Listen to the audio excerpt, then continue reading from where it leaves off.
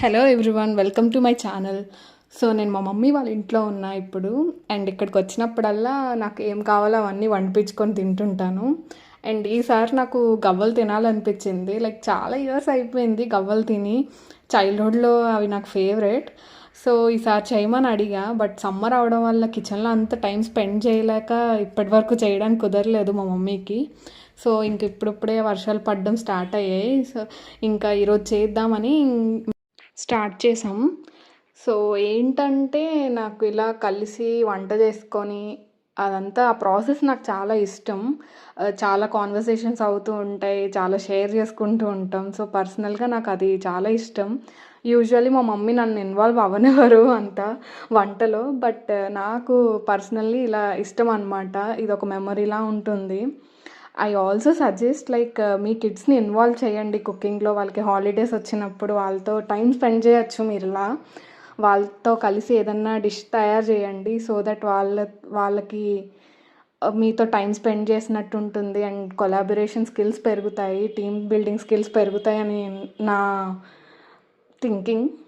So అలా వాళ్ళని involve చేయడం వల్ల వాళ్ళలో క్రియేటివిటీ కూడా పెరుగుతుంది. Cooking is not just making a recipe or something.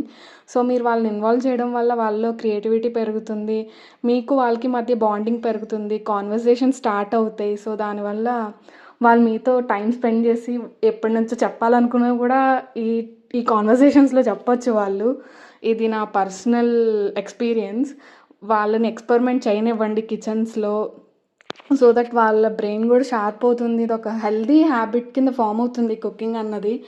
And also holidays వచ్చినప్పుడల్లా వాళ్ళతో కలిసి ఒక్క రెసిపీ చేసినా అది ఒక వాళ్ళకి మెమరీ కింద ఉంటుంది. అండ్ ఒక ట్రెడిషన్ కింద బిల్డ్ చేయండి దీన్ని.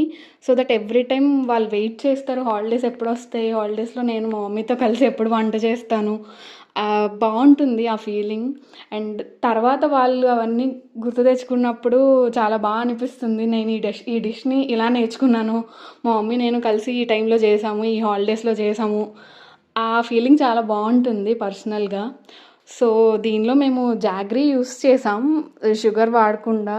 అది షుగర్ కంటెంట్ ఎంతో కొంత తగ్గించినట్టు ఉంటుంది అని ఫీలింగ్ అంతే. ఆల్సో నేను రెసిపీ ఎక్కడా షేర్ చేయలేదు ఇందులో, ఎందుకంటే గవ్వలు చేయడం అందరికీ తెలుసు అని నా feeling. But if you need the recipe నాకు కమెంట్ చేయండి, నేను రెసిపీ షేర్ చేస్తాను. Thank you for watching.